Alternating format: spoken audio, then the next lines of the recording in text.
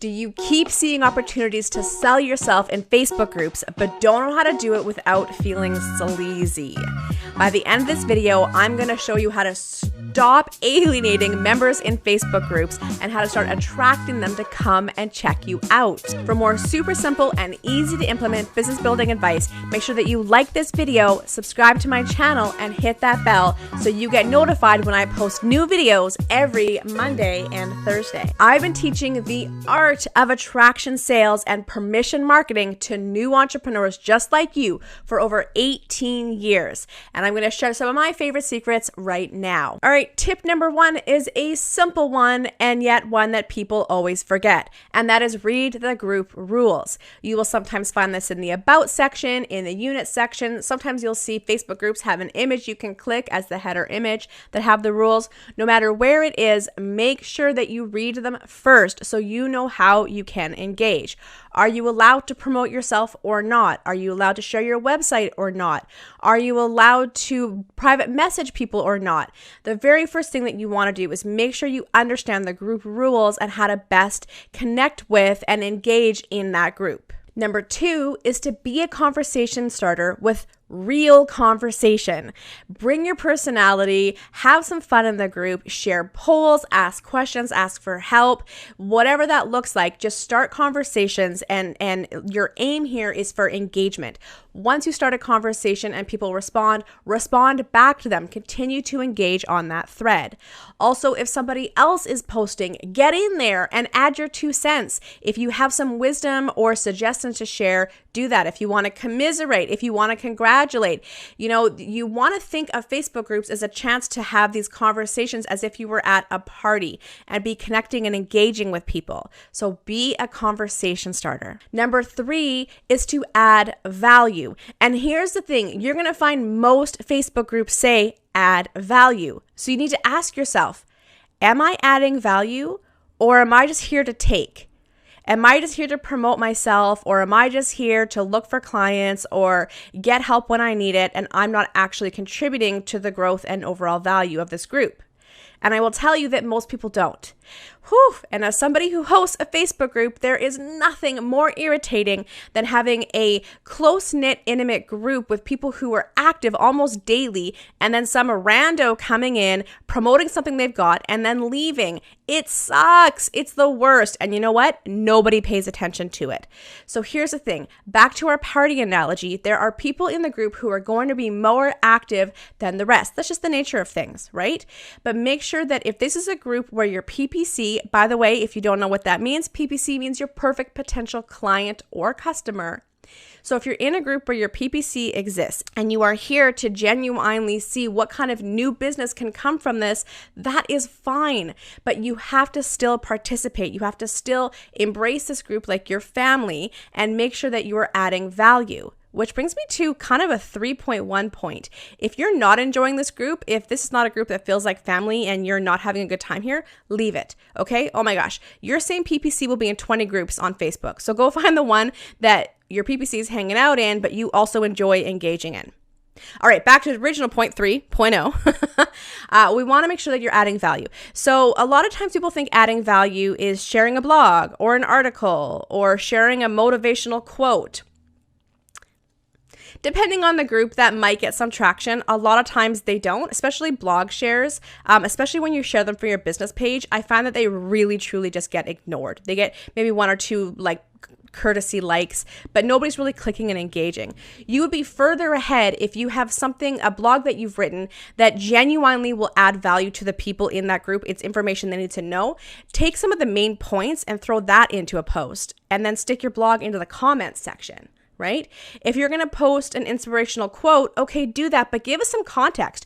Share a personal story about how that helped you and ask others to share their favorite quotes. So adding value is just not sharing or forwarding things. It is bringing yourself into the conversation, adding value in a way that is helpful and also gives that context. Another thing too, before I move on from this, is participate in other people's conversations. And we talked about that a little bit in number 2. If somebody has a question and you can genuinely help them, help them.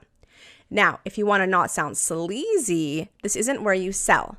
All right. And we're going to get there in just a moment. So point 3, Add value, not shares. Before we move on to point 4, I want you to comment below and tell me what kind of Facebook post will always get you to respond. Point number 4 is to answer people's questions thoughtfully and thoroughly. If somebody's posted a question and they need some help and you can help them, go on in and give a full, thorough answer. Don't just link them to somewhere else to go read a blog or go do a quiz. Literally go in and answer those questions.